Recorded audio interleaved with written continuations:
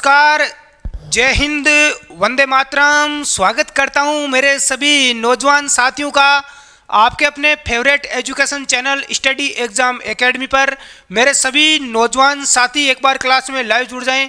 दोस्तों, हम यहां पर मारवाड़ का इतिहास पढ़ रहे थे। अपना एक पार्ट यानी एक क्लास पहले हो चुकी है। जिस मित्र ने नहीं देखी है वो जरूर देखें। आज हम उसे आगे पढ़ेंगे। हमने पहले जो मारवाड़ के शासक थे गांगदेव, गंगदेव, उनके बारे में हमने बात की थी कि जब खानवा का युद्ध हुआ था तो उन्होंने क्या किया था, मेवाड़ के शासक राणा सांगा की सहायता की, यानी वहाँ पर सेना भेजी थी, अपने पुत्र मालदेव को भेजा। हाँ, गांगदेव बहुत ही शांतिप्रिय शासक थे, बिल्कुल शांत स्वभाव के व्यक्ति थे। तो इसलिए हुआ क्या कि उनका एक पुत्र था जिसका नाम था मालदेव।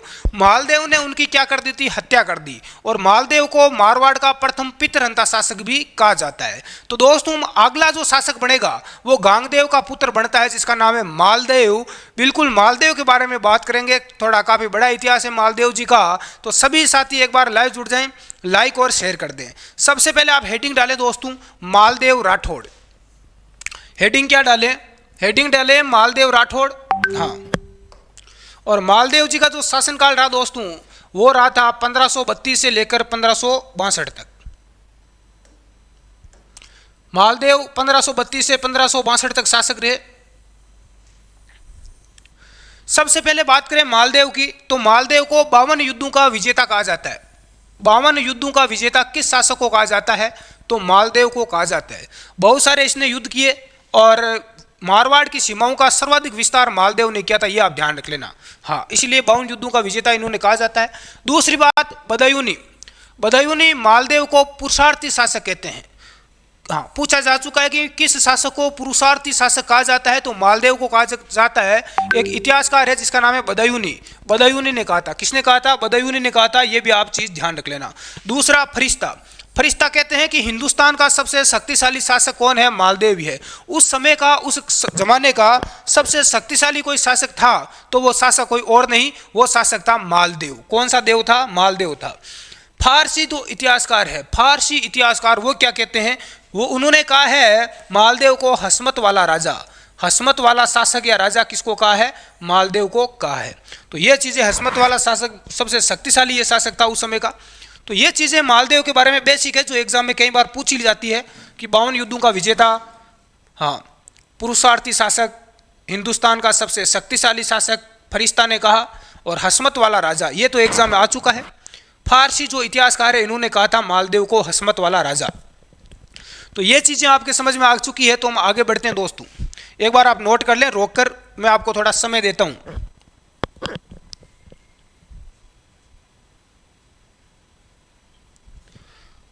नेक्स्ट आगे देखते हैं। अब मालदेव के हम सैन्य अभियान देखते हैं। 52 युद्धों का विजेता कहा जाता है। तो कहां पर इन्होंने अभियान किया, कहां इनका युद्ध हुआ, और मारवाड़ की सीमाओं का कैसे विस्तार किया, किन किन शासकों को इन्होंने पराजित किया था, उनके बारे में हम बात करते हैं। सबसे पहले बीच में अपना है जोधपुर। ये सबसे बीच में यहाँ पर अपना जोधपुर है, ठीक है। अब इस जोधपुर के आसपास में जितने भी रियासतें हैं उनकी बात करते हैं। इधर है अपनी मेवाड़, इधर पास में मेवाड़ है। और मेवाड़ के शासक कौन है? मेवाड़ के शासक थे विक्रमादित्य और उदय सिंह, जो कि इनके समकालीन शासक थे, ध्यान रख लेना। हाँ, जिस समय मालदेव शासक थे मारवाड़ के, उस समय इनके जो समकालीन मेवाड़ के शासक थे वो थे विक्रमादित्य और उदय सिंह। ये चीज इतनी ध्यान रख लेना। हाँ, दूसरी बात करें नागौर की, तो नागौर का उस समय शासक था दौलत खां। इन्होंने युद्ध में दौलत खां को भी क्या किया था? पराजित किया था। हालांकि मेवाड़ के शासक उदय सिंह और विक्रमादित्य, इनके साथ इन्होंने कोई युद्ध नहीं किया था, इनकी तो इन्होंने सैन्य सहायता की थी। मैं आगे बात करेंगे फिर हम। हाँ, ये एक बार आप इतना ध्यान रखो कि इनके समकालीन कौन कौन से यहाँ पर शासक रहे। दूसरी बात करें मेड़ता की, तो मेड़ता का शासक था, उसका नाम था बीरमदेव। कौन था? बीरमदेव। इस बीरमदेव को भी इन्होंने पराजित किया। नागौर, मेड़ता, सभी जगह इन्होंने क्या किया? कब्जा कर लिया था। हाँ, उसके बाद में जालोर, जालोर का शासक था इनके समकालीन सिकंदर खां। इस सिकंदर खां को भी पराजित किया। उसके बाद में सिवाना बाड़मेर, यहाँ का शासक था डूंगरसी। इस डूंगरसी को भी युद्ध में पराजित किया। उसके बाद में बीकानेर का शासक था राव जैत सिंह। हाँ, इस राव जैत सिंह को भी पराजित किया, यानी मारा गया ये भी। तो ये इसके समकालीन शासक थे, ध्यान रख लेना। बीकानेर के राव जैत सिंह थे, इनके साथ में आगे युद्ध होगा, हम पढ़ेंगे डिटेल से, ऐसा नहीं है। हाँ, डूंगरसी सिवाना के थे, जालोर के सिकंदर खां, मेड़ता के बीरमदेव, नागौर के दौलत खां, और मेवाड़ के थे विक्रमादित्य और उदय सिंह। और अब हम बात करेंगे दिल्ली। अब आप पूछोगे सर एग्जाम में प्रश्न दिल्ली से हर बार पूछा जाता है। हाँ, तो दिल्ली के बारे में हम आगे बात करेंगे, दिल्ली का क्या माजरा था। दिल्ली का इनके समकालीन शासक एक तो हुमायूं था और एक था शेरशाह सूरी। कौन था? शेरशाह सूरी। उनके बारे में आगे बात करेंगे, किस प्रकार से उनके बीच में संघर्ष होता है, युद्ध होता है। तो एक बार इतना आप नोट करें, स्क्रीनशॉट भी ले सकते हैं। मालदेव के सैन्य अभियान हेडिंग डालें। हाँ, ये एक बार डायग्राम आप जरूर बनाएं, इससे आपको समझने में थोड़ी आसानी रहेगी कि भाई जोधपुर है, यहाँ का शासक कौन है? मालदेव है। शासक कौन है? मालदेव। कौन सा देव है? मालदेव है। और मालदेव के ये सारे के सारे क्या है? समकालीन शासक है, पड़ोसी। इन सब पर ये क्या करेगा? विजय प्राप्त करेगा मालदेव। हाँ, नेक्स्ट आगे बढ़ते हैं दोस्तों। ये लो सैनिक अभियान। मारवाड़ पर गुजरात के बहादुर शाह के आक्रमण के समय मालदेव ने सैनिक सहायता भेजी थी। आप सभी को पता है साथियों कि जब मेवाड़ के ऊपर आक्रमण हुआ था बहादुर शाह का, जो गुजरात का शासक था बहादुर शाह, इसने जब मेवाड़ पर आक्रमण किया तो उस समय कहा जाता है कि मालदेव ने सैनिक सहायता भेजी थी। तो ये चीज़ भी आप ध्यान रख लेना। हाँ, भले ही यहाँ पर विजय प्राप्त नहीं हुई थी लेकिन फिर भी सैन्य सहायता भेजी थी। दूसरी, बलवीर को राजगद्दी से हटाया, जो दासी पुत्र था मेवाड़ का, ध्यान रख लेना उसको, और उदय सिंह को शासक बनाया मेवाड़ का। इसमें भी इन्होंने काफ़ी सहयोग किया था। ठीक है। नंबर 3, उदय सिंह ने मालदेव को बसंत राय हाथी गिफ्ट दिया, तोहफे में दिया था। क्योंकि अब उदय सिंह को शासक बनाया तो उदय सिंह का भी हक बनता है कुछ ना कुछ देने का। तो उदय सिंह ने इस मालदेव को एक हाथी दिया था। ये हाथी एग्जाम में आ चुका है। कौन सा हाथी दिया था? बसंत राय हाथी। ये भी आप ध्यान रख लेना। हाँ, मारवाड़ पर नहीं, ये ध्यान रख लेना, ये मारवाड़ पर नहीं हुआ था आक्रमण, मेवाड़ पर हुआ था। कहां पर हुआ था? मेवाड़ पर, बिल्कुल सॉरी, मेवाड़ पर जब गुजरात के बहादुर शाह का आक्रमण हुआ था। हाँ, यहां पर मेवाड़ का दूसरा शाखा हुआ था। कौन सा शाखा हुआ था? दूसरा। रानी कर्मावती ने यहां पर जोर किया था। इस समय मालदेव ने सैन्य सहायता भेजी थी, हालांकि यहां पर कोई फायदा नहीं हुआ था। हाँ, और बलवीर जो दासी पुत्र बनवीर था, बिल्कुल, ये बनवीर जब शासक बन जाता है मेवाड़ का तो इसको हटाया इसने, सहायता की, और उदय सिंह को शासक बनाया। ये इतनी चीजें आप एक बार लिखो, इतनी चीजें एक बार आप नोट करो, फिर हम आगे देखते हैं। उसके बाद में जो नागौर का शासक था दौलत खान, उस दौलत खान को भी परास्त किया, हराया, और नागौर पर भी कब्जा किया। वीरमदेव को हटाया मेड़ता से और अजमेर पर अधिकार किया। वीरमदेव का अधिकार था मेड़ता और अजमेर पर, तो वीरमदेव को गद्दी से हटाया और अजमेर और मेड़ता पर कब्जा किया। किसने किया? विजय किसने प्राप्त की? मालदेव ने। उसके बाद में जालोर, तो जालोर का जो सिकंदर खान था इसको भी क्या किया? पराजित किया। जालोर के सिकंदर खान को भी पराजित कर दिया। जितना आसपास का क्षेत्र था, यानी कि सबसे ज्यादा मारवाड़ की जो सीमाओं का विस्तार किया था ना, वो मालदेव ने किया था। किसने किया था? मालदेव ने। सारा क्षेत्र इसने जीत लिया था। उस समय दिल्ली हो चाहे हिंदुस्तान हो, इससे शक्तिशाली शासक कोई नहीं था। सबसे ज्यादा शक्तिशाली शासक था उस समय का। भद्राजून के वीरा सिंघल को इन्होंने परास्त किया युद्ध में। भद्राजून के 20 जून 1538 को सिवाना पर अधिकार किया और डूंगर सिंह को पराजित किया। किसको पराजित किया? डूंगर सिंह को। सिवाना बाड़मेर में उसको भी पुण्य प्राप्त किया और मांगलिया को, देवा मांगलिया को यहाँ का प्रशासक नियुक्त किया। तो ये चीजें आप ध्यान रख लेना। सैन्य अभियान है इसके मालदेव के, एक बार आप लिख लेना। नागौर में दौलत खां को हराया, हाँ, नागौर को जीता। वीरमदेव को हराकर मेड़ता और अजमेर पर अधिकार किया। जालोर के सिकंदर खान को पराजित किया। भद्राजून में वीरा सिंघल को हराया और सिवाना पर अधिकार किया डूंगर सिंह को पराजित करके, और सिवाना का जो प्रशासक बनाया वो देवा मांगलिया को बनाया। तो ये इतनी चीजें हैं, एक बार आप इनको नोट कर सकते हैं दोस्तों। हाँ, ये इसके सैन्य अभियान है, तो इनको आप एक बार नोट जरूर करें, ये एग्जाम में पूछी जाती है। बिल्कुल आप रोकर उतार सकते हैं, समय देता हूं मैं थोड़ा आपको।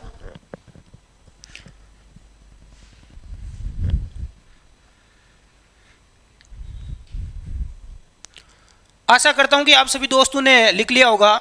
हाँ, तो आगे बढ़ते हैं। ये लो, अब हम बात करेंगे, एक युद्ध हुआ था जिसे बोलते हैं पाहोबा का युद्ध।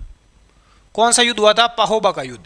पाहोबा का युद्ध या साहेबा का युद्ध इसे बोलते हैं। कब हुआ था? 1541 और 42 में हुआ था, बीकानेर में। एक तरफ अपने मारवाड़ के शासक है मालदेव, जोधपुर के शासक कौन है? राव मालदेव है। हाँ, इस मालदेव के जो सेनापति थे उनका नाम था जेता और कुपा। क्या नाम था? जेता और कुंपा। ये इसके क्या थे? सेनापति थे। बड़े ही वीर और स्वामी भक्त सेनापति थे, ध्यान रख लेना। जब ये पाहोबा का युद्ध हुआ था 1541-42 में बीकानेर में, हाँ, बीकानेर का जो शासक था वो कौन था? राव जेत सिंह। कौन था? राव जेत सिंह बीकानेर का शासक था। यहाँ पर देखो, मालदेव है वो स्वयं नहीं गया था युद्ध करने, इसने केवल अपने दो सेनापति थे, इसके सबसे विश्वास पात्र सेनापति थे जेता और कुपा। इन जेता और कुपा को सेना लेकर भेजा। हाँ, आक्रमण होता है कहाँ पर, बीकानेर पर होता है, राव जेत सिंह के ऊपर आक्रमण होता है और इस युद्ध में राव जेत सिंह मारा जाता है। और अब बीकानेर पर अधिकार किसका हो गया, हाँ, मालदेव का हो गया। और यहाँ का जो प्रशासक है वो कुप्पा को नियुक्त किया। प्रशासक यहाँ का किसको बनाया, कुंपा को प्रशासक बनाया। तो इस प्रकार से ये हुआ था पाहोबा का युद्ध। हाँ, ये पाहोबा का युद्ध पूछा जाता है एग्जाम में, 1541 और 42 में हुआ था। ठीक है, तो ये एक बार आप उतारे। मालदेव के हम सैन्य अभियान पढ़ रहे हैं, बिल्कुल एक बार आप नोट करें।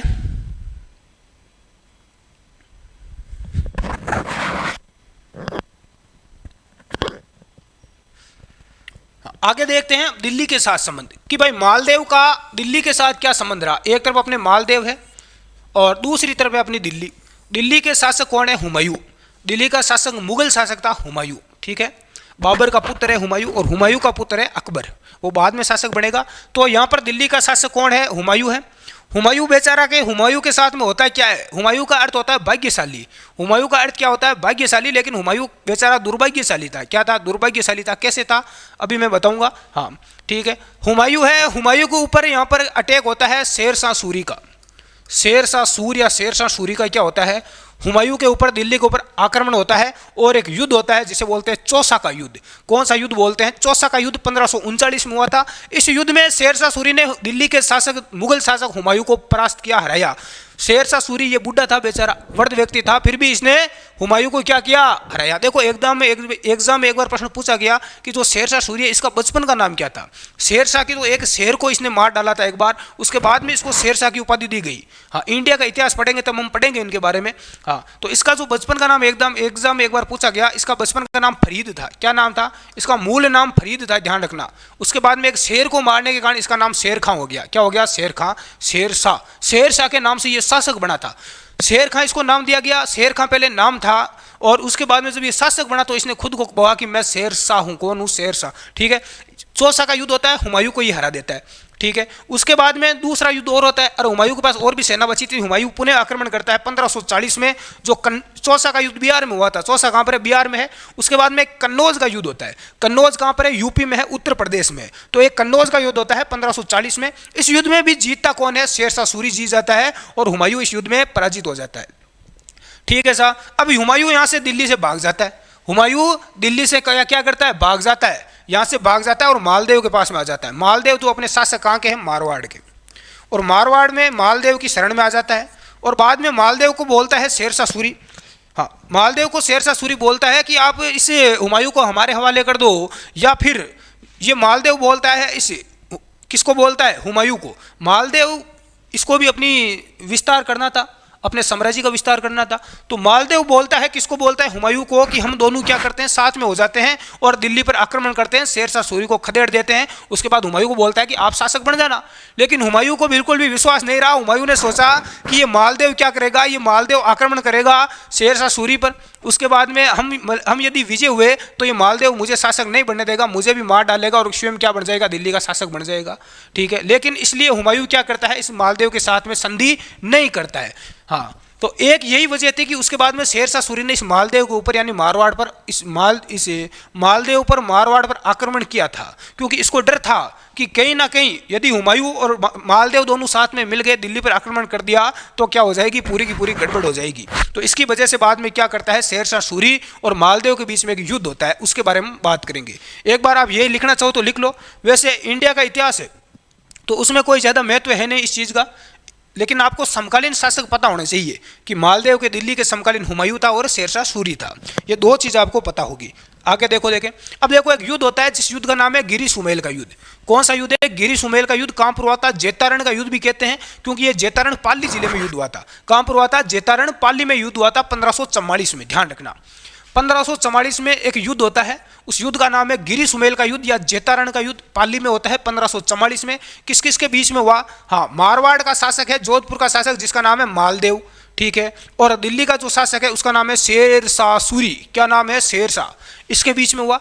हाँ, यहाँ पर देखो, इस मालदेव के वही सबसे विश्वास पात्र सेनापति जिनका नाम है जेता और कुंपा, ये दोनों सेनापति सेना लेकर कहाँ जाते हैं, जेतारण पाली जाते हैं। इधर से आता है शेर शाह। शेर शाह सूरी के साथ में कौन कौन है, एक तो ईसा खां, हाँ, एक खवासा खां, जलाल खां, हाजी खां, और बीकानेर के अपने शासक कल्याणमल, मेड़ता के वीरमदेव, ये सारे के सारे जो शासक थे, जिन शासकों को मालदेव ने परास्त किया था। हमने पहले बात की कि जितने भी पड़ोसी निकट के जितने भी शासक थे छोटे बड़े, उनको मालदेव ने हराया, उनको युद्ध में पराजित किया। तो ये सभी मालदेव से नाराज है। नाराज होंगे तो ये करेंगे क्या गुरुजी, ये किसके पास जाएंगे? शेरशाह सूरी के पास में जाएंगे और उसकी क्या करेंगे? सहायता करेंगे। ये यही चाहते हैं कि मालदेव युद्ध में हार जाए। हाँ, तो उसके बाद में देखो युद्ध होता है। ये सभी किसके साथ में थे? कल्याणमल, वीरमदेव, ये शेरशाह सूरी के साथ में थे। इधर मालदेव अकेला था। मालदेव के दो सेनापति, बहुत ही शानदार सेनापति है, लड़ाकू विमान है, जिनका नाम है जेता और कुंपा। अब यहाँ पर क्या होता है दोस्तों? युद्ध होता है, ठीक है। अब युद्ध से पहले ही इस शेर खां को शेरशाह सूरी, ये चालाक लोमड़ी थी। अरे ये शेर खां था जो शेरशाह सूरी थी, सूरी है, इसने ऐसे ही ये शासक थोड़ी बना था, ये बहुत ही चालाक लोमड़ी थी। हाँ, पहले ये तो कोई सेनापति था छोटा बड़ा, ये चालाक लोमड़ी थी। उसको पता था मालदेव की ताकत का, मालदेव की शक्ति का इसको पहले से आभास था। इसको पता चल गया शेरशाह सूरी को कि मैं किसी भी हालत में मालदेव को नहीं हरा पाऊंगा, मालदेव को मैं युद्ध में नहीं हरा सकता। तो ये क्या करेगा? इसने कोई ना कोई रणनीति अपनाई। और कोई भी चालाक लोमड़ी है तो कोई ना कोई चालाकी करेगा ही करेगा। हाँ, एक बार तो शेरशाह सूरी ने युद्ध करने से मना ही कर दिया कि मैं मालदेव से युद्ध नहीं करूंगा। लेकिन कहते हैं कि जो कल्याणमल है, वीरमदेव है, इन्होंने इसको क्या किया? उकसाया, युद्ध के लिए भड़काया मालदेव के खिलाफ। तो उसके बाद में ये युद्ध करने के लिए आता है। हाँ, तो ये करता है क्या शेरशाह सूरी? एक तरफ यहाँ पर इधर खेमा है किसका? युद्ध भूमि में आ चुकी है दोनों सेनाएं, रात्रिकालीन का रात का समय है। हाँ, दोनों तरफ एक की तरफ शेरशाह सूरी की सेना का है तंबू है, दूसरी तरफ मालदेव की सेना है। इधर से शेरशाह सूरी क्या करता है? अपने एक व्यक्ति को भेजता है जिसका नाम है हाजी खां। इस हाजी खां को भेजता है और ये हाजी खां को बोलता है कि आप जाओ किसके पास में? जेता और कुंपा के पास में जाओ। हाँ, जेता और कुंपा के पास में जाओ और उनका जो खेमा है उसके अंदर क्या करो? हाँ, उनके कक्ष के अंदर 5-5 हज़ार रुपये रख दो। कितने रख दो? 5-5 हज़ार रुपये, और साथ में एक तलवार भी रख दो। तो दोनों के यहाँ पर कक्ष में कहते हैं कि 5-5 हज़ार रुपये और तलवार रख दी जाती है। किसके द्वारा? हाजी खां के द्वारा। और ये चुपचाप वापस आ जाता है, किसी को पता नहीं चलता, भनक तक नहीं होती। अब देखो उसके बाद में दूसरी चाल चलता है शेरशाह सूरी। वो क्या करता है कि पत्र लिखता है, और उस पत्र में, वो पत्र किसको लिखता है? वो मालदेव को लिखता है। और उस पत्र में क्या लिखता है कि जेता और कुंपा जी, आपको बहुत बहुत धन्यवाद कि आपने शेरशाह सूरी का साथ दिया। युद्ध भूमि में आप क्या करेंगे? मालदेव के साथ में धोखा करेंगे, और आपको जितना भी पैसा चाहिए था वो हमने आपके कक्ष में पहुंचा दिया है, और भी आपको चाहिए तो युद्ध के बाद में आपको मिल जाएगा। ये जो संदेश है ये पूछता है मालदेव के पास में। तो मालदेव सोचता है कि मेरे इतने विश्वास पात्र जो सेनापति है जेता और कुंपा, उनके लिए शेरशाह सूरी ऐसा पत्र क्यों लिख रहा है? कहीं वो दुश्मन से मिल तो नहीं गए? उसको यहाँ पर संदेह होता है।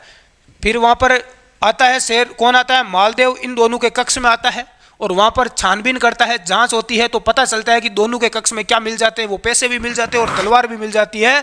तो इस प्रकार से मालदेव को लगता है कि ये तो शेरशाह सूरी के साथ में मिल गए हैं और मेरे साथ रणभूमि में धोखा करेंगे। तो वो मालदेव क्या करता है कि यहाँ से निकलकर बिना युद्ध किए ही, मालदेव रात्रि में ही बिना युद्ध किए हुए अपने आधी सेना के साथ में यहाँ से कहाँ चला जाता है? शिवाना चला जाता है। शिवाना चला जाता है। अब इस चीज का पता फिर जेता और कुंपा को चलता है। किसको चलता है? दोनों सेनापति जेता और कुंपा को इस चीज का पता चलता है कि ऐसी गड़बड़ हो चुकी है। अब ये दोनों क्या करेंगे? अब इन दोनों को कहा कि चाहे मालदेव और शासक राजा, हमारा राजा यहाँ से चला गया है, हमारे पास आधी सेना ही बची है, फिर भी हम युद्ध करेंगे और शेरशाह सूरी को युद्ध में परास्त करेंगे। फिर मालदेव को पता चलेगा कि वास्तविकता क्या है। होता है क्या है दोस्तों? दोनों के दोनों सूरवीर जेता और कुंपा युद्ध करते हैं। हाँ, युद्ध करते हैं। कौन सा युद्ध होगा? गिरी सुमेल का युद्ध होगा। शेरशाह सूरी के साथ में युद्ध होता है। शेरशाह सूरी की क्या होती है? हालत खराब हो जाती है युद्ध में। हाँ, युद्ध भूमि में जो शेरशाह सूरी के सैनिक थे, दिल्ली के सैनिक थे, उनके क्या होते हैं? छक्के छूट जाते हैं दोस्तों, यहाँ से भागना पड़ता है। शेर खां को पता चल गया कि युद्ध जीतना इतना आसान नहीं है। तो शेर खां ने कहा कि मैं मुट्ठी भर बाजरे के लिए आज हिंदुस्तान की बादशाहत खो देता। अरे यदि मैं यहाँ पर विजय भी हो जाता तो मुझे इस राजस्थान में मिलता क्या? इस राजस्थान में है ही क्या ऐसा?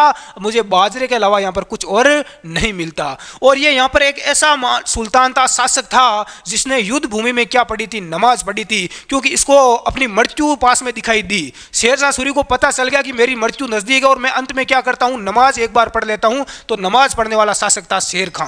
कौन था साथियों? शेर खां था। यह चीज आप ध्यान रख लेना। हाँ, तो इस प्रकार से देखते हैं पाहोबा का युद्ध जो हम पहले पढ़ चुके हैं। 1541 और 1542 में बीकानेर में हुआ।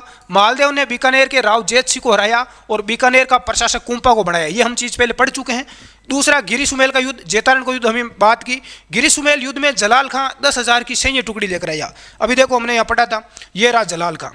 हाँ, जब देखो शेर खां इस युद्ध में हार रहा था, इसकी हालत खराब हो चुकी थी, तो बाद में होता है क्या है, दोनों तरफ की सेनाएं थक चुकी थी। उसी समय ये जलाल खां क्या करता है, 10,000 सैनिक लेकर, कितने सैनिक लेकर, 10,000 की सेना लेकर कहां पर आ जाता है, रणभूमि में आ जाता है और इस शेरशाह सूरी की सहायता करता है। इस प्रकार से हाँ, हारते हारते युद्ध कौन जीत जाता है, शेरशाह सूरी ये युद्ध जीत जाता है। तो ये दोस्तों युद्ध हुआ था जेतारण का। ठीक है, हाँ, इस युद्ध में कौन आया था सहायता करने, ये प्रश्न एग्जाम में आ चुका है। जलाल खां आया था, सैन्य टुकड़ी लेकर आया और शेर खां की इसने क्या की थी, मदद की थी। तो ये दोनों आप उतारना चाहो तो उतार लो। पहोबा का युद्ध या मैंने पहले भी बता दिया वैसे आपको। हाँ, अगला देखते हो, ये देखो, इस युद्ध में मालदेव के सेनापति जेता व कूपा दोनों लड़ते हुए वीर गति को प्राप्त होते हैं। जोधपुर का प्रशासक शेरशाह सूरी ने जोधपुर का प्रशासक किसको बनाया, खवासा खां को बनाया। किसको बनाया, खवासा खां को यहाँ का प्रशासक बनाया। और शेरशाह सूरी ने क्या कहा कि मैं आज मुट्ठी पर बाजरे के लिए हिंदुस्तान की बादशाह खो देता। ये किसने कहा, शेरशाह सूरी ने कहा। ठीक है, 1545 में मालदेव ने 1545 में इस शेरशाह सूरी की क्या हो जाती है, मृत्यु हो जाती है 1 साल बाद ही। और यहाँ का मालदेव पुणे यहाँ का क्या बन जाता है, शासक बन जाता है जोधपुर का। तो ये चीज़ें थी दोस्तों जो हमने मालदेव के बारे में पढ़ी। एक बार आप नोट भी कर सकते हैं, कोई दिक्कत नहीं है, रोक कर। कोई उतारना चाहिए तो उतार सकते हैं।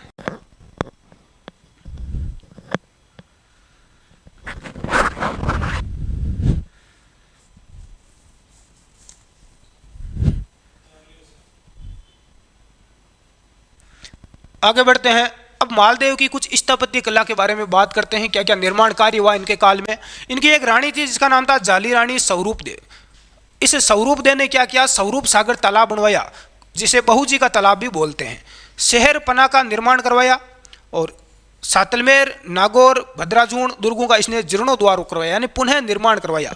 सातलमेर, नागौर, भद्राजूण के जो दुर्ग थे उनका पुनः निर्माण किसने करवाया, मालदेव ने करवाया। और सोजत का दुर्ग है उसका निर्माण करवाया। सोजत का दुर्ग कहाँ पर है, पाली में है। तो इस सोजत दुर्ग का भी इसने निर्माण करवाया था। किसने बनवाया, मालदेव ने। यह प्रश्न भी पूछा जा चुका है। तो ये 3-4 चीजें हैं। और लिख लो स्थापत्य कला के बारे में।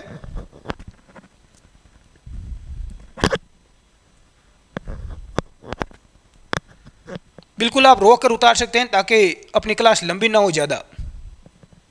जितने भी साथी लाइव जुड़े हैं एक बार क्लास को लाइक और शेयर कर दें अपने सभी मित्रों के पास में। हाँ, यदि आपको रेगुलर क्लास चाहिए तो आप हमारे टेलीग्राम ग्रुप में जुड़ जाएं, स्टडी एग्जाम एकेडमी में, लिंक आपको नीचे दे रखा है। अब दोस्तों देखो, एक ये मालदेव, इस मालदेव की एक रानी थी जिसका नाम था रूठी रानी उमादे। इस उमादे के बारे में बात करते हैं। मालदेव और उमादे की जो प्रेम कथा है उसके बारे में हम बात करते हैं। ये देखो, रूठी रानी, रूठी रानी का नाम क्या है, ध्यान रख लेना, एग्जाम में पूछा जा चुका है। उमादे, क्या नाम है, उमादे। रूठी यानी रूठ गई, नाराज हो गई। ये क्या हो गई, रूठ गई, नाराज हो गई, इसलिए इसका नाम रूठी रानी है। उमादे जैसलमेर के राव लूणकरण की पुत्री थी। यह किसकी पुत्री थी, राव लूणकरण की यह पुत्री थी। और इसका विवाह मालदेव के साथ में होता है 1536 में।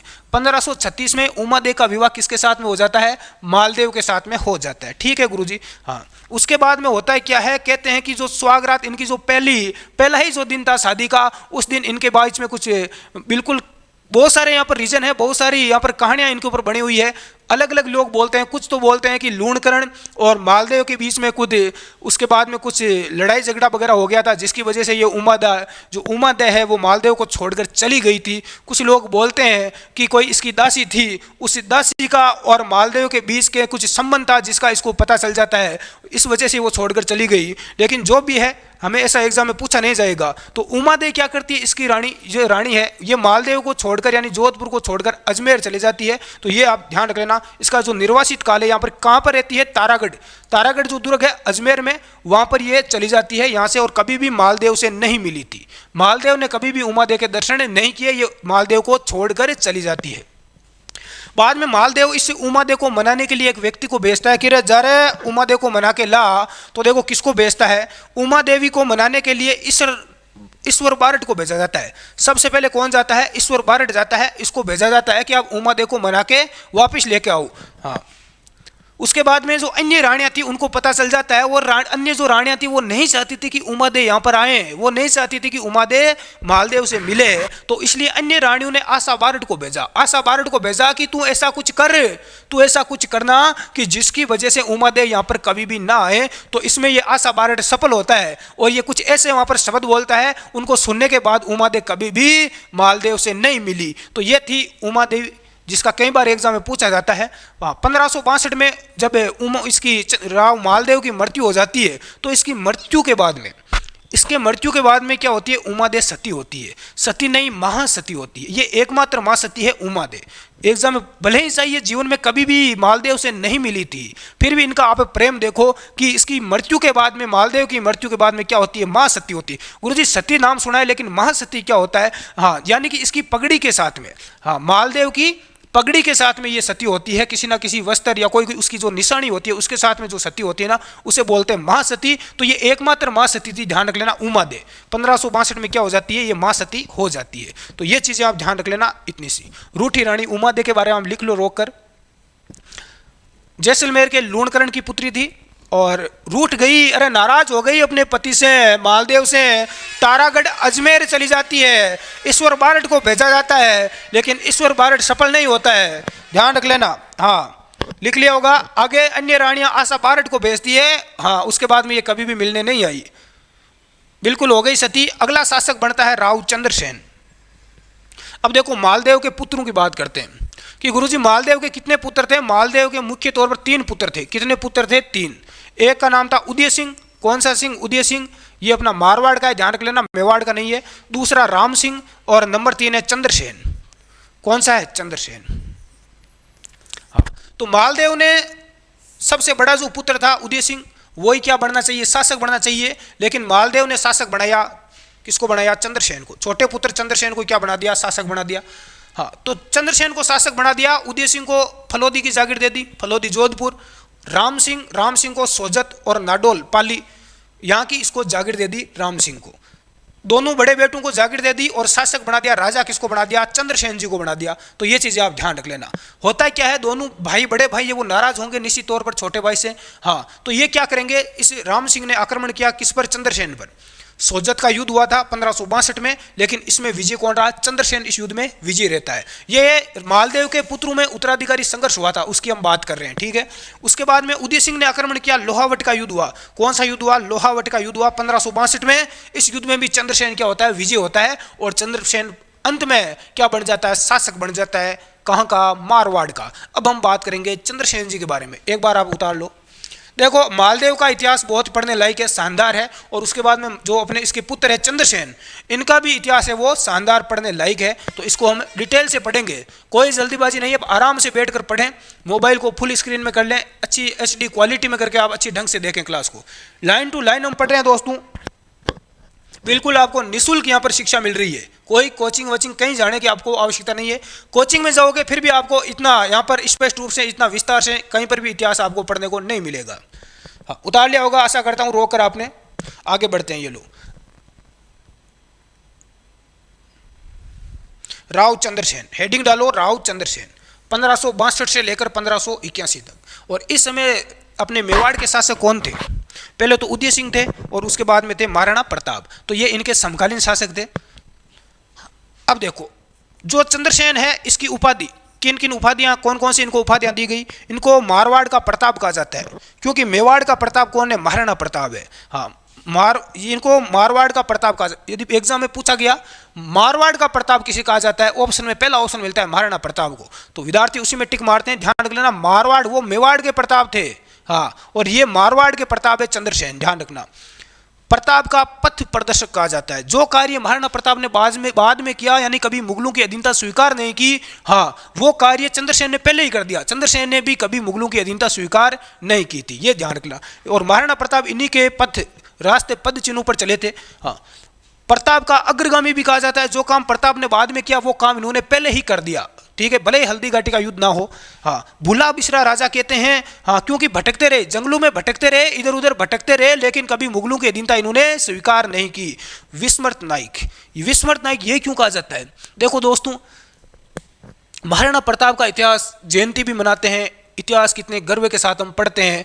आप कहीं देखोगे तो उनका घोड़ा था चेतक, उसके नाम पर चेतक एक्सप्रेस निकली गई। महाराणा प्रताप अंतर्राष्ट्रीय हवाई अड्डा, महाराणा प्रताप के बारे में बहुत सारी हमें चीज़ें देखने को मिलती है। लेकिन ये जो चंद्रसेन है, इनके बारे में क्या कुछ मिलता है? कहीं सुना है आपने चंद्रसेन एक्सप्रेस जारी है, चंद्रसेन का स्मारक है, चंद्रसेन जयंती आ गई? नहीं मनाते। यानी इतिहासकार है, उन्होंने महाराणा प्रताप पर इतना जोर दिया, महाराणा प्रताप को इतना पॉपुलर कर दिया। मैं विरोध नहीं कर रहा हूँ, महाराणा प्रताप थे ऐसे मैं मानता हूँ, लेकिन चंद्रसेन जी भी अपने कम नहीं थे। लेकिन चंद्रसेन जी का जो इतिहास है, इसको दबा दिया गया, इनके इतिहास को दबा दिया गया। विस्मृत नायक इनको इसीलिए कहा जाता है दोस्तों, इनका इतिहास इतना पॉपुलर आज नहीं है। तो यही एक कारण थे। हम आगे पढ़ेंगे चंद्रसेन जी के बारे में, तब आपको पता चलेगा इन्होंने कैसे संघर्ष किया, क्या किया। हाँ, एक बार इतना आप नोट करें,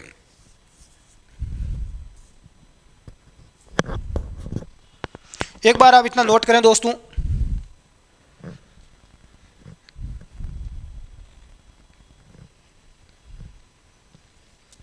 उपाधि लिख लो राव चंद्रसेन की, मारवाड़ का प्रताप, महाराणा प्रताप का पथ प्रदर्शक, महाराणा प्रताप का अग्रगामी, भूला बिसरा राजा और विस्मृत नायक। देख लिया होगा, आशा करता हूं आप सभी ने। हाँ, आगे बढ़ते हैं। ये लो,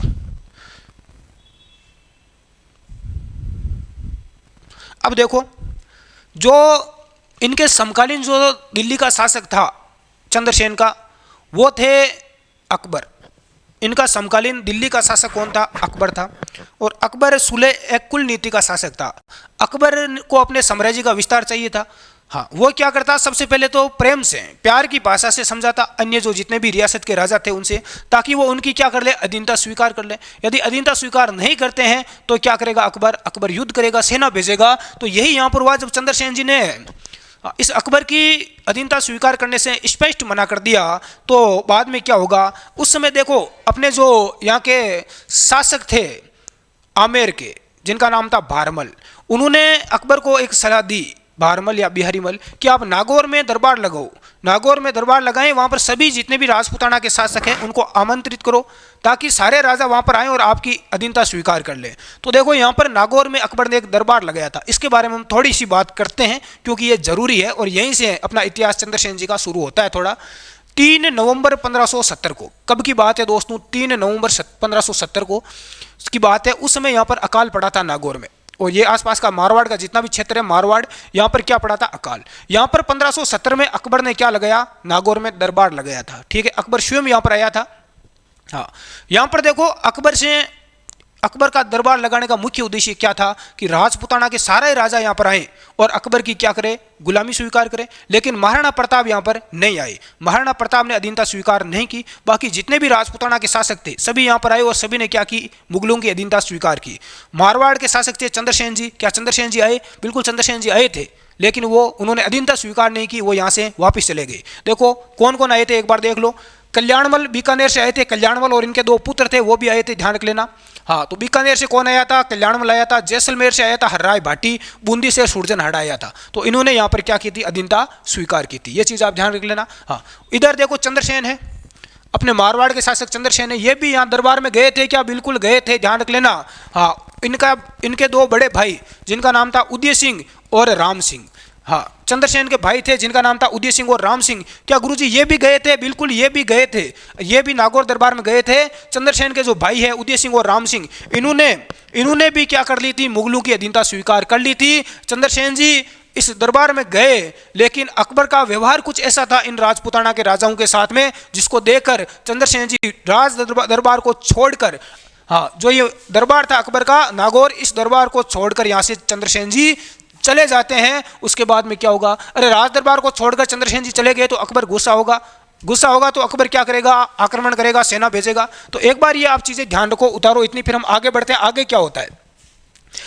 अकबर ने इनके काल में दरबार लगाया 3 नवंबर 1570 को नागौर में। ठीक है, हाँ, यहाँ पर बीकानेर के कल्याणमल ने अधीनता स्वीकार की अकबर की, जैसलमेर के हर्राय भाटी ने कर ली, बूंदी के सूरजनहाड़ा ने पहले ही कर रखी थी, फिर भी ये यहाँ पर आया था, ध्यान रखना।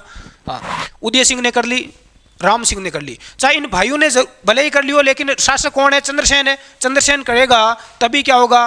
तभी यहाँ पर अकबर के अधीन होंगे। हाँ, उतार लिया, आगे देखते हैं। हाँ, उसके बाद में चंद्रसेन यहाँ से चले जाते हैं और चंद्रसेन ने भद्राजून जालोर में शरण ली। यहाँ से कहाँ पर चले गए? भद्राजून जालोर। अकबर ने नागौर में एक शुक्र तालाब बनाया, एक तालाब का निर्माण करवाया। ये एग्जाम में पूछा जा चुका है। इस तालाब का नाम है शुक्र तालाब। कौन सा? शुक्र तालाब। 30 अक्टूबर 1572 को राय सिंह को जोधपुर का अकबर ने प्रशासक बना दिया। अब यहाँ का प्रशासक किसको बना दिया? राय सिंह को। ये राय सिंह किसका पुत्र है? कल्याणमल का है, ध्यान रख लेना। कल्याणमल आया था, अकबर की अधीनता स्वीकार की और फायदा उठा रहा है कौन? कल्याणमल उठा रहा है। अपने पुत्र को क्या बना दिया? प्रशासक बना दिया। सोजत का प्रशासक था कल्ला। कौन था? कल्ला। इस कल्ला को हुसैन कुली खान ने पराजित कर दिया। हुसैन कुली खान ने, ये अकबर का सेनापति था, इसने इस कल्ला को क्या किया? पराजित किया। तो इतनी चीजें एक बार आप उतार सकते हैं, नोट करें एक बार।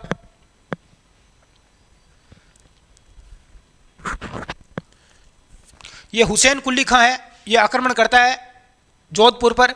तो उस समय जो चंद्रसेन जी है वो बदराजून जालोर चले जाते हैं यहाँ से। हाँ, तो ये चीजें आप एक बार नोट कर सकते हैं। कर ली होगी आपने, आशा करता हूं। आगे देखो, 1579 में सोजत पर पुणे चंद्रसेन ने अधिकार कर लिया। 1579 में पुणे चंद्रसेन ने अधिकार कर लिया। 1577 में 78 में महाराणा प्रताप से इनकी मुलाकात होती है। ध्यान रख लेना, चंद्रसेन और महाराणा प्रताप की मुलाकात कब हुई? हल्दी घाटी के युद्ध के बाद में हुई थी, 1577 और 78 में।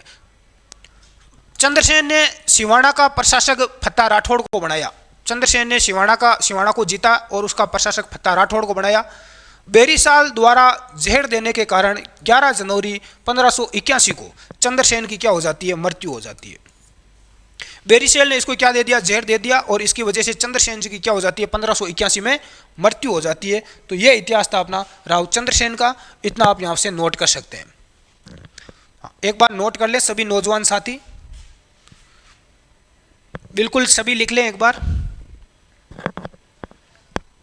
बिल्कुल रोक कर लिख सकते हैं, कोई दिक्कत नहीं है। स्क्रीनशॉट भी आप ले सकते हैं।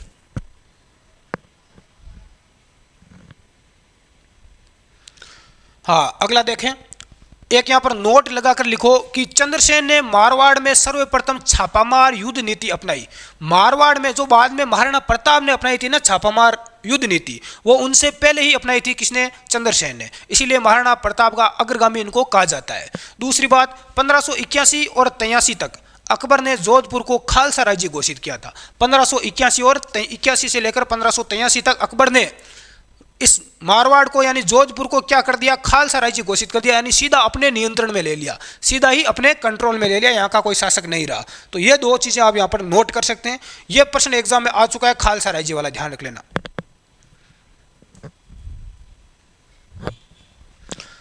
हाँ, अगला देखते हैं। ये लो, अब अगला शासक बनता है चंद्रसेन के बाद में। चंद्रसेन के बाद में बनता है मोटा राजा उदय सिंह। कौन बनता है? मोटा राजा उदय सिंह बनता है। तो इनके बारे में आप हेडिंग डालो। 1583 से लेकर 1595 तक शासक रहा। इसको देखो, एक उपाधि दी गई जिसका नाम है मोटा राजा की। अब पूछा जाता है कि उदय सिंह को मोटा राजा की उपाधि किसने दी? तो अकबर ने दी थी। ये मोटे थे, अरे इनका पेट बहुत बड़ा था, जिसकी वजह से यहाँ पर इनको अकबर ने कौन सी उपाधि दी? मोटा राजा की। वैसे देखो, अपने मारवाड़ में एक सिस्टम है, जो आदमी बड़ा होता है उसको मोटा बोलते हैं, छोटा होता है उसे छोटा बोलते हैं। तो ये यहाँ पर सिस्टम है। सुरेश को सुरेशा बोलते हैं, मुकेश को मुकेशा बोलते हैं। तो ये अपनी भाषा है मारवाड़ की, उसी प्रकार से। हाँ, इनकी एक पुत्री थी, किसकी? मोटा राजा उदय सिंह की। उस पुत्री का नाम था मान्नीबाई या मानबाई। क्या नाम था? मान्नीबाई, ठीक है, या हरकूबाई। इसका विवाह इसने जहांगीर, अकबर के पुत्र जहांगीर के साथ करवाया। ये मारवाड़ का प्रथम वैवाहिक संबंध था, ठीक है। मारवाड़ का प्रथम वैवाहिक संबंध।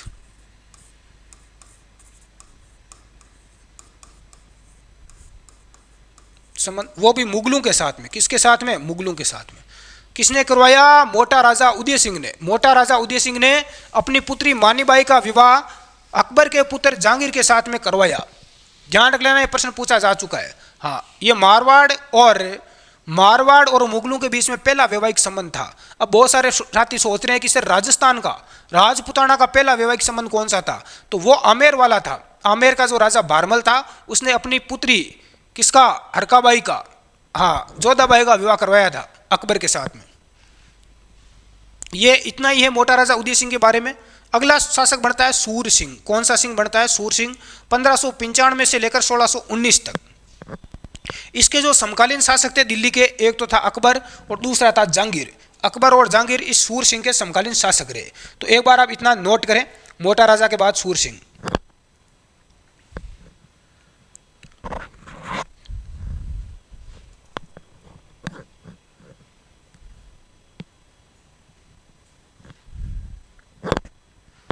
उतार लें दोस्तों बिल्कुल आप।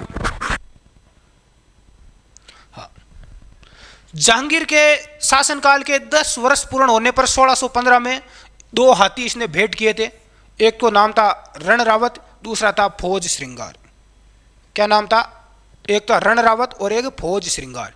ये एग्जाम में पूछे जा चुके हैं। सूर सिंह जब शासक बना, हाँ, तो इसके समकालीन जो शासक था उसके बाद में 1615 में अकबर की जब मृत्यु हो जाती है तो उसके बाद में इसका बेटा जहांगीर शासक बनता है। तो इस सूर सिंह ने जहांगीर को 2 हाथी भेंट किए थे। हाँ, एक तो का नाम था रण रावत, दूसरे का नाम था फौज श्रृंगार। इसने सूर सागर तालाब भी बनवाया। सूर सिंह ने अपने नाम पर सूर सागर तालाब का निर्माण करवाया, मोती महल का निर्माण करवाया, सूरज कुंड का व रामेश्वर महादेव मंदिर का निर्माण करवाया। ठीक है, ये इसके निर्माण कार्य है जो भी आप नोट करें। किसका इतिहास पढ़ रहे हैं? सूर सिंह का पढ़ रहे हैं भाई। हाँ, सूर सागर तालाब बनवाया जोधपुर में, मोती महल का निर्माण करवाया, सूरज कुंड और रामेश्वर महादेव का मंदिर का निर्माण करवाया। ये चीजें आप नोट करें, फिर हम आगे बढ़ते हैं। लिख लिया होगा आपने। आगे देखें, अगला जो शासक बनता है सूर सिंह के बाद में वो बनता है गज सिंह। कौन सा सिंह बनता है? गज सिंह, 1619 से लेकर 38 तक। हाँ, उतारो देखा एक बार। गज सिंह के बारे में देखते हैं। गज सिंह को महाराजा, जो महाराजा गज सिंह है, इसको महाराजा की उपाधि किसने दी? महाराजा की उपाधि जहांगीर ने दी थी। मुगल शासक था जहांगीर, इस जहांगीर ने इसको कौन सी उपाधि दी? महाराजा की। इसके जो पुत्र थे, पुत्रों की बात करें, एक पुत्र का नाम था अमर सिंह राठौड़, दूसरा था जसवंत सिंह राठौड़। इस गज सिंह के 2 पुत्र थे। कितने पुत्र थे? 2। पहला तो अमर सिंह राठौड़, दूसरा है जसवंत सिंह राठौड़। कौन है? जसवंत सिंह राठौड़। अमर सिंह राठौड़ 1628 में, देखो, इस गज सिंह ने मारवाड़ का जो शासक है, उत्तराधिकारी है, वो जसवंत सिंह को घोषित किया। किसको किया? जसवंत सिंह को। तो क्या होगा? तो जो ये अमर सिंह राठौड़ है, इसने 1628 में शाहजहां की शरण में चला जाता है। अमर सिंह किसकी शरण में चला जाता है? मुगल शासक शाहजहां की शरण में चला जाता है। कौन चला जाता है? अमर सिंह। शाहजहां क्या करता है? शाहजहां ने नागौर रियासत को अलग कर दिया, नागौर को अलग रियासत बना दिया और अमर सिंह को भेंट कर दिया। अब शासक अमर सिंह कहाँ का बन चुका है? नागौर का। ये एक बार चीज आप समझे महाराजा गज सिंह के बारे में। महाराजा गज सिंह को उपाधि महाराजा की जहांगीर ने दी। ठीक है, इसके महाराजा गज सिंह के 2 पुत्र थे, जिसका नाम था अमर सिंह और जसवंत सिंह। समझ में आया? 2 पुत्र है, अमर सिंह और जसवंत सिंह। हाँ, उत्तराधिकारी किसको घोषित कर दिया? जसवंत सिंह को। किसको घोषित कर दिया? जसवंत सिंह को। पीछे बचा अमर सिंह। अब अमर सिंह क्या करेगा? गुरुजी, अमर सिंह नाराज हो गया। अमर सिंह नाराज हो गया तो अमर सिंह चला गया दिल्ली। दिल्ली किसके पास में चला गया? शाहजहां के पास में। किसके पास में? मुगल शासक शाहजहां के पास में। कि यार शाहजहां, मुझे भी कुछ दिलवाओ, मुझे भी कुछ दिलवाओ। तो शाहजहां ने क्या किया? नागौर को अलग रियासत बना दिया। नागौर को क्या कर दिया? अलग रियासत बना दिया और अमर सिंह को भेंट कर दिया। अमर सिंह को अब किसका शासक बना दिया? नागौर का। तो नागौर का शासक कौन बन गया? अमर सिंह बन गया। तो यहां तक आप एक बार नोट करें।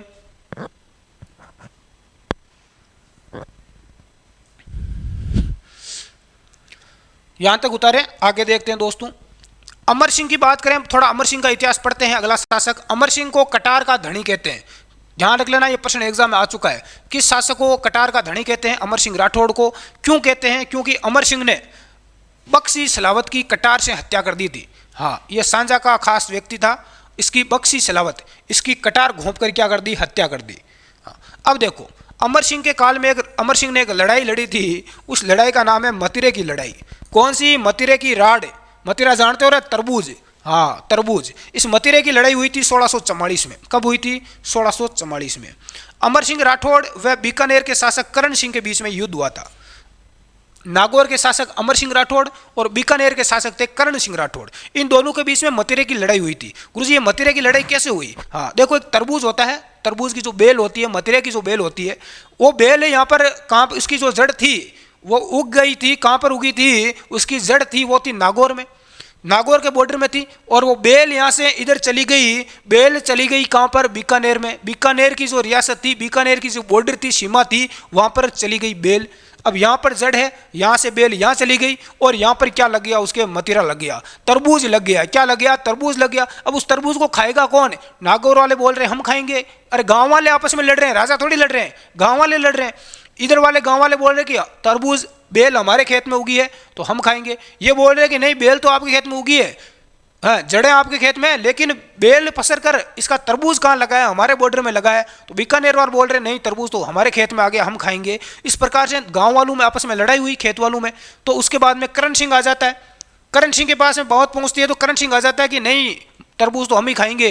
और इधर से आ जाते हैं बीकानेर अपने नागौर के अमर सिंह राठौड़, और अमर सिंह बोलते हैं कि तरबूज तो हम खाएंगे। इस प्रकार से दोनों राजाओं की सेना आ जाती है और फिर एक युद्ध होता है, ठीक है, जिसे बोलते हैं मतिरे की राड़ 1644 में हुई। ये देखो मतिरे की राड़ 1644। स्थान कहाँ पर है, कौन सा गांव है? गांव का नाम है जाखड़िया गांव। कौन सा गांव है? जाखड़िया गांव। और इधर जो गांव है, इधर अपना जो बीकानेर का गांव है जिसका नाम है सीलवा गांव। इस गांव से कोई विद्यार्थी क्लास देख रहे हैं तो कमेंट करें। हाँ, स्थान बीकानेर का गांव, नागौर का गांव है जाखड़िया, और बीकानेर का गांव है सीलवा गांव। हाँ, और यहाँ के शासक कौन है? करण सिंह है। कौन है? करण सिंह। जाखड़िया नागौर में है, और यहाँ के शासक है अमर सिंह राठौड़। इन दोनों के बीच में युद्ध होता है, मतिरे का युद्ध होता है। मतिरे की राड़ होती है 1644 में। और इस युद्ध में विजय कौन होता है गुरुजी? विजय बीकानेर का करण सिंह होता है। बीकानेर का शासक करण सिंह विजय होता है। हाँ, बहुत सारी आप गाइडें पढ़ोगे तो उसमें दिया हुआ रहेगा कि नागौर का अमर सिंह विजय होता है, कोई बोलते हैं करण सिंह होता है। लेकिन जो वास्तविकता है उसे मैं आपको रूबरू करवा रहा हूँ कि जो विजय हुआ था वो कौन हुआ था? करण सिंह हुआ था। जहाँ मैंने पढ़ा है, और एग्जाम में यही आपको सही माना जाएगा। वैसे तो गाइडों वाली एग्जाम में वैसे ही मायने होती नहीं है चीज़ें, तो ये चीज़ आप ध्यान रख लेना। हाँ, तो ये मतिरे की राड़ हुई थी 1644 में, नागौर के शासक अमर सिंह राठौड़ और बीकानेर के शासक करण सिंह के बीच में 1644 में हुई थी भाई। उतार लिया होगा आपने। आगे देखो, अगला जो शासक बनता है उस शासक का नाम है जसवंत सिंह। ये जसवंत सिंह कौन है? ये देखो, ये जसवंत सिंह येरा, गज सिंह का पुत्र या अमर सिंह का भाई। अमर सिंह का भाई है जसवंत सिंह। ये अब जसवंत सिंह के बारे में पढ़ते हैं। अमर सिंह के बारे में हमने पढ़ लिया।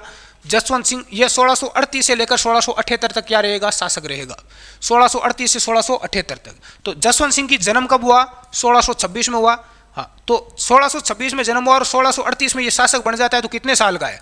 12 साल का।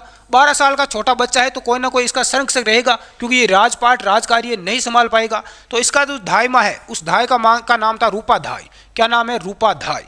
हाँ, सांझा ने इसको क्या दिया? 4000 का जात और मनसब दिया था। इसकी उपाधि दी गई महाराजा की। सांझा ने कौन सी उपाधि दी? महाराजा जसवंत सिंह। क्या पढ़ते हैं? महाराजा जसवंत सिंह। तो महाराजा की इसको उपाधि दी गई जसवंत सिंह के द्वारा। तो ये चीजें आप जसवंत सिंह के बारे में उतारो। जन्म 1626 में, इसकी धाय माँ का नाम रूपा धाय है। सांझा ने इसको 4000 का जात और मनसब दिया और उपाधि महाराजा की।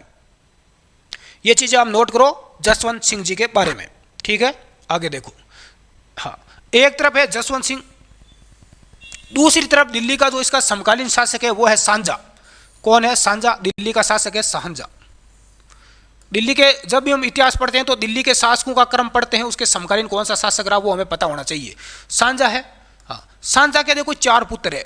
सांझा के कितने पुत्र है? 4। इन चारों पुत्रों में कि भाई चारों पुत्रों में से शासक कौन बनेगा, इसको लेकर चारों पुत्रों में क्या हो जाता है? युद्ध हो जाता है। आपस में उत्तराधिकारी संघर्ष हो रहा था।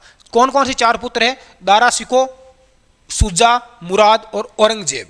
ये सांझा के 4 पुत्र थे। चारों पुत्रों में राजा बनने को लेकर संघर्ष होता है। हाँ, और जो दारा शिको है और औरंगजेब है, इन दोनों के बीच में एक युद्ध होता है जिसका नाम है धर्मत का युद्ध। कौन सा युद्ध हुआ? धर्मत का युद्ध। धर्मत का युद्ध कब हुआ? 1658 में हुआ था। कब हुआ था? 1658 में। सांझा के पुत्र दारा शिको और औरंगजेब के बीच में एक युद्ध होता है जिस युद्ध का नाम है धर्मत का युद्ध, ठीक है। इस युद्ध में विजय कौन होता है? इस युद्ध में विजय औरंगजेब होता है। तो गुरुजी ये युद्ध हमें क्यों पढ़ा रहे हो? अरे इस युद्ध में इस जसवंत सिंह ने सहयोग किया था। किसका किया था? दारा शिको का। दारा का क्या किया था? साथ दिया था। हाँ, दारा का साथ कौन देता है? औरंगजेब देता है। लेकिन फिर भी दारा क्या करता है? युद्ध हार जाता है। विजय कौन होता है? औरंगजेब होता है। तो ये चीज आप ध्यान रख लेना, धर्मत का युद्ध में पराजय हुई थी। हाँ, तो ये एक बार इतना सा आप उतारे, फिर हम आगे देखते हैं। थोड़ा इतना उतार लो एक बार। जसवंत सिंह का समकालीन शासक सांझा, सांझा के 4 पुत्र, और चारों पुत्रों में उत्तराधिकार को लेकर विवाद होता है। दारा शिको और औरंगजेब के बीच में युद्ध होता है जिसे बोलते हैं धर्मत का युद्ध 1658 में। इस युद्ध में जसवंत सिंह दारा शिको का साथ देते हैं लेकिन युद्ध में पराजित होते हैं। विजय कौन होता है? औरंगजेब की इसमें विजय होती है। औरंगजेब की इस युद्ध में क्या होती है? विजय होती है, ठीक है। इतना उतार लिया, आगे देख दो। इसका मंत्री जसवंत सिंह का राज सिंह। सांझा और औरंगजेब के मध्य धर्मत का युद्ध हुआ। सांझा और औरंगजेब, हाँ, दारा सिको, दारा और औरंगजेब के मध्य, ये दारा भी, दारा के साथ में ही था सांझा भी, ठीक है। इनके मध्य धर्मत का युद्ध हुआ जिसमें जसवंत सिंह ने दारा का साथ दिया, दारा सिखों का साथ दिया जसवंत सिंह ने, हम पढ़ चुके हैं। धर्मत के युद्ध में जब पराजित हो जाती है जसवंत सिंह की, जसवंत सिंह साथ दे रहा है, दारा की पराजित हुई तो ये भी पराजित हुआ। अरे आप मेरा युद्ध में साथ दे रहे हो, मेरे साथ हो, मैं यदि पराजित होऊंगा तो आपकी भी पराजय होगी, ठीक है। तो इस युद्ध में पराजित होकर जोधपुर आने पर जब जसवंत सिंह युद्ध में हार गए थे, ये युद्ध धर्मत का युद्ध जब हार चुके थे, जब ये वापस जोधपुर आए, मरे नहीं थे युद्ध में, ठीक है, पराजित होकर भागकर आ गए तो हार कर, जब ये वापस जोधपुर आए तो जोधपुर आने पर इनकी एक महारानी थी जिसका नाम था महामाया, इनकी पत्नी का क्या नाम था, महामाया। महामाया ने दुर्ग के दरवाजे बंद कर दिए। अरे बेचारा जसवंत सिंह युद्ध से थका हुआ आ रहा है वापस जोधपुर, युद्ध भी हार चुका है, दिमाग पूरा खराब हो चुका है, और आते ही जब ये दुर्ग के नजदीक पहुंचा तो देखा थी दुर्ग के दरवाजे बंद कर दिए गए हैं। इनकी एक महारानी थी जिसका नाम था महामाया। इसने सतरानी ने क्या कहा कि आप क्षत्रिय हो, आपका धर्म है, युद्ध में या तो जीतो या फिर प्राणों की बलि दे दो, आपको युद्ध इस दुर्ग में प्रवेश नहीं दिया जाएगा। तो इस प्रकार से बेचारे जसवंत सिंह को बाहर ही बैठे रहना पड़ा था। तो ये चीज भी आप ध्यान रख लेना। हाँ, तो ये 2 लाइनें और लिख लो, आप 2 लाइनें आप और लिख लो। धर्मत के युद्ध में पराजित होने पर जसवंत सिंह जब जोधपुर आए तो उनकी महारानी महामाया ने दुर्ग के दरवाजे बंद कर लिए थे। हाँ, अगला देखते हैं, ये लो 30 मई 1658 में, कब है 30 मई 1658 में सामूगढ़ के युद्ध में दारा को हराकर औरंगजेब शासक बन जाता है। सामूगढ़ का युद्ध होता है, फिर भायू बायू में, ये भायू बायू में युद्ध हो रहा है, ठीक है। हाँ, अगला 13 अगस्त 1658 में जसवंत सिंह ने औरंगजेब की अधीनता स्वीकार कर ली। अब औरंगजेब शासक बन गया। भले ही पहले दारा सिखों का साथ दे रहा है, लेकिन जब शासक औरंगजेब बन जाता है तो ये औरंगजेब की क्या कर देता है, अधीनता स्वीकार कर लेता है। अब एक युद्ध होता है दोराई का युद्ध। ये युद्ध आप याद रखना, ये दोराई का युद्ध एग्जाम में पूछा जाता है। दोराई का युद्ध कब हुआ, 11 से 15 मार्च तक चला था, 5 दिन 4-5 दिन चला था 1659 में। कब हुआ, 1659 में, 11 से 15 मार्च तक चला, लंबा चला था थोड़ा। 1659 में दोराई का युद्ध हुआ था। कौन सा युद्ध हुआ, दोराई का। इसमें जसवंत सिंह ने औरंगजेब का साथ दिया। ये युद्ध भी औरंगजेब और उसके भाई दारा सिखों के बीच में हुआ था। इस युद्ध में अब जसवंत सिंह ने किसका साथ दिया, औरंगजेब का। गुरुजी पहले तो दारा का साथ दे रहा था, अरे अब शासक बन चुका है औरंगजेब, तो ये और इसकी अधीनता भी स्वीकार कर ली, तो साथ किसका दिया, औरंगजेब का, ठीक है। तो ये चीजें आप उतारो। दोराई का युद्ध जिसमें जसवंत सिंह ने औरंगजेब का साथ दिया, कब हुआ, 11 से 15 मार्च 1659 को हुआ था। तो ये चीजें आप नोट करो, ये चीजें आप नोट कर सकते हैं। हाँ बिल्कुल, सभी का स्वागत है भाई। एक बार क्लास को लाइक करें जितने भी साथी जुड़े हैं। अगला देखते हैं। अब देखते हैं इसके निर्माण कार्य। क्या देखते हैं, निर्माण कार्य। क्या क्या इन्होंने निर्माण करवाया। रानी अतिरंग ने जना सागर तालाब का निर्माण करवाया। रानी जसवंत सिंह की पत्नी रानी जसवंत दे, इन्होंने कल्याण सागर का निर्माण व राय का बाग पैलेस का निर्माण करवाया। राय का बाग पैलेस जोधपुर में आपने देखा भी होगा। कागा मंडोर में अनार का एक बगीचा लगवाया था जसवंत सिंह ने। किसका बगीचा लगाया, अनार का। सबसे ज़्यादा अनार यही होते हैं मंडोर में। चतरा गहलोत बगीचों को संभालने वाला व्यक्ति, बगीचों को जो व्यक्ति संभालता था उसे बोलते हैं चतरा गहलोत। क्या बोलते हैं, चतरा गहलोत। तो ये इसके निर्माण कार्य हैं जसवंत सिंह के। इसकी रानी अतिरंग ने जना सागर तालाब बनवाया। रानी जसवंत दे ने कल्याण सागर का निर्माण और राय का बाग पैलेस का निर्माण करवाया था। राय का बाग जो पैलेस है जोधपुर में, उसका निर्माण करवाया। मंडोर में, कागा मंडोर में अनार का एक बगीचा लगवाया था जसवंत सिंह ने। ध्यान रख लेना, किसका, अनार का। और बगीचों को जो संभालने वाला व्यक्ति है उसे बोलते हैं चतरा गहलोत। ये चीज़ें आप नोट करो। हाँ, आगे देखते हैं। इसके साहित्य की बात करते हैं तो जसवंत सिंह के जो काव्य गुरु थे वो थे सूरती मिसर और मुणोत नैणसी। दोनों में से कोई भी नाम एग्जाम में आ सकता है। इसके जो काव्य गुरु थे वो सूरती मिसर और मुणोत नैणसी थे, ठीक है। इनका जो ग्रंथ है वो ग्रंथ है भाषा भूषण। कौन सा ग्रंथ है, भाषा भूषण। इसके दरबारी विद्वान कौन कौन थे, एक तो मुणोत नैणसी है। दरबारी विद्वान कौन है, मुणोत नैणसी, जिन्हें राजस्थान का अबुल फज्जल कहा जाता है। मुणोत नैणसी को क्या कहा जाता है, राजस्थान का अबुल फज्जल इनको कहा जाता है। ये इनके दरबारी कवि है। और इन्होंने देखो क्या क्या ग्रंथ लिखे मुणोत नैणसी ने। नैणसीरी ख्यात लिखी और मारवाड़ परगनारी विगत ये भी लिखा। मारवाड़ परगनारी विगत के लेखक कौन है, मुणोत नैणसी है। और नैणसीरी ख्यात ये भी मुणोत नैन सिंह ने लिखी।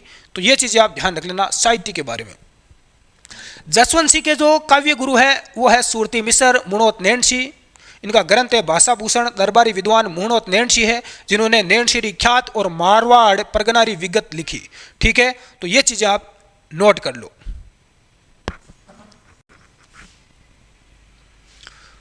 1670 में मुणोत नैन सिंह ने आत्महत्या कर ली थी। अरे गुरुजी, इतना बड़ा विद्वान मुणोत नैन सिंह, जसवंत सिंह का दरबारी कवि, फिर आत्महत्या क्यों कर ली? आत्महत्या के बहुत सारे कारण बताए जाते हैं। कुछ लोग बोलते हैं कि राज जो कोष था, धन था, उसके अंदर कुछ गड़बड़ी हो गई थी जिसकी वजह से इनको यहाँ से निकाल दिया गया और बंदी बना लिया गया और बाद में इन्होंने जेल में ही आत्महत्या कर ली थी। ये चीज़ें देखने को मिलती है। जसवंत सिंह ने औरंगाबाद में जसवंतपुर कस्बा बसाया, ये भी ध्यान रखना। जसवंत सिंह ने औरंगाबाद महाराष्ट्र के अंदर एक कस्बा बसाया था जिसका नाम था जसवंतपुरा। क्या नाम है? जसवंतपुरा। इस कस्बे की स्थापना की थी। 1678 में जमरूद अफगानिस्तान में जसवंत सिंह की मृत्यु हो जाती है। ध्यान रख लेना, जसवंत सिंह की मृत्यु कहाँ पर हुई थी? अफगानिस्तान में हुई थी। और अफगानिस्तान में कहाँ पर? जमरूद में। कहाँ पर? जमरूद में। अफगानिस्तान में इसकी क्या हो जाती है? मृत्यु हो जाती है। जब कहते हैं कि जब जसवंत सिंह की मृत्यु हुई उस समय औरंगजेब ने कहा था कि आज कुफ्र का दरवाजा टूट गया, आज कुफ्र का दरवाजा टूट गया। क्यों कुफ्र बोलते हैं? इस्लाम का दुश्मन। ये इस्लाम का क्या था? शत्रु था। हाँ, जसवंत सिंह से डरता था। कौन? औरंगजेब डरता था। हाँ, इसलिए औरंगजेब ने कहा कि आज कुफ्र का दरवाजा टूट गया है, यानी इस्लाम का शत्रु है वो क्या हो चुका है? मर चुका है। लेकिन जो इसकी पत्नी थी औरंगजेब की, उसने दुख प्रकट किया था कि इतना बड़ा वीर योद्धा जसवंत सिंह आज इस दुनिया में नहीं रहा। इसका इन्होंने शोक भी प्रकट किया था औरंगजेब की बेगम ने। तो ये चीज भी आप ध्यान रख लेना।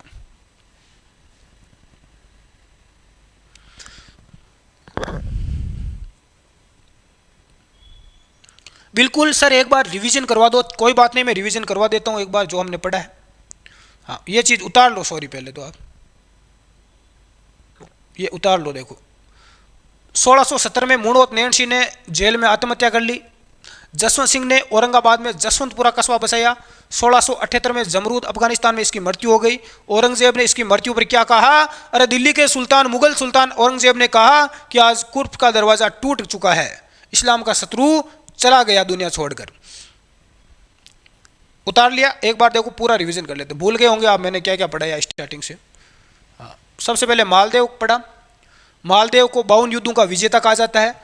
पुरुषार्थी शासक, हिंदुस्तान का शक्तिशाली शासक, हसमत वाला राजा कहा जाता है। उसके बाद पढ़ा इसके सैन्य अभियान के बारे में। सैन्य अभियान में मेवाड़ और गुजरात के बहादुर शाह के, मेवाड़ पर जब गुजरात के बहादुर शाह का आक्रमण हुआ था उस समय मालदेव ने सैन्य सहायता भेजी थी। बनवीर को राजगद्दी से हटाकर उदय सिंह को शासक बनाया।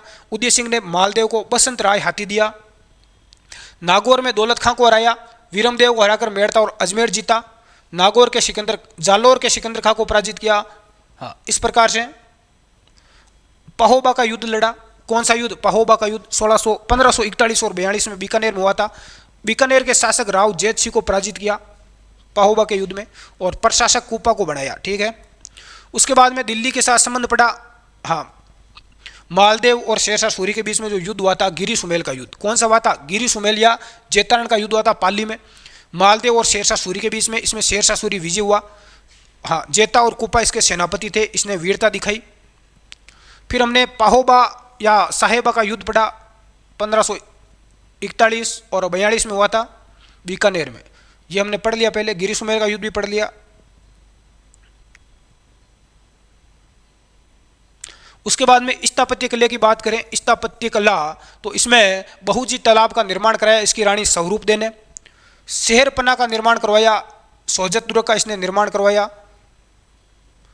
इसकी जो रानी थी मालदेव की, उसका नाम था रूठी रानी उमादे। क्या नाम था? रूठी रानी उमादे, जो रूट कर कहां चली गई थी? तारागढ़ अजमेर।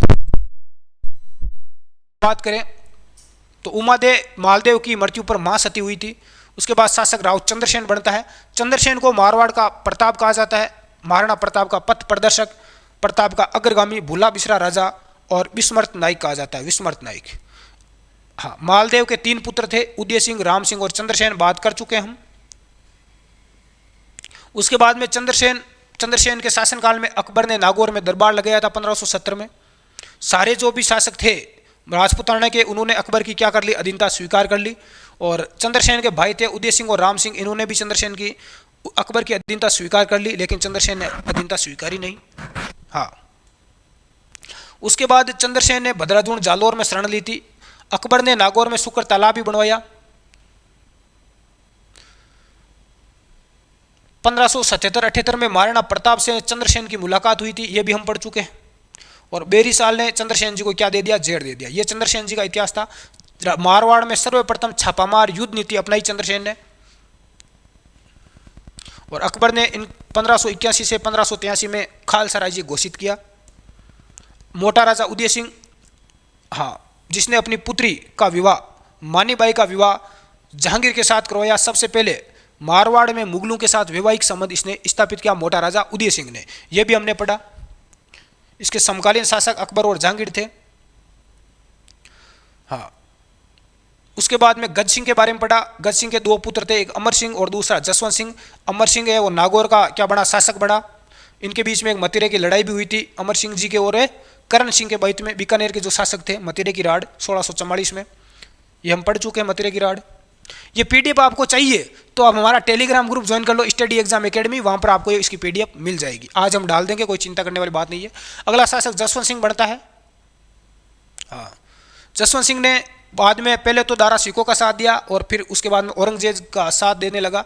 तो ये अपना शासक था जसवंत सिंह। जसवंत सिंह तक हमने पूरा पढ़ लिया है शायद। हाँ, जसवंत सिंह तक हमने पूरा इतिहास पढ़ लिया। अब हम अगले शासक के बारे में अगली क्लास में बात करेंगे साथियों। आज की क्लास में इतना ही। क्लास आपको कैसी लगी, अच्छी लगी है तो लाइक करें, चैनल को सब्सक्राइब और दोस्तों के पास शेयर करें, अपने व्हाट्सएप स्टेटस जितने भी ग्रुप है। धन्यवाद, जय हिंद।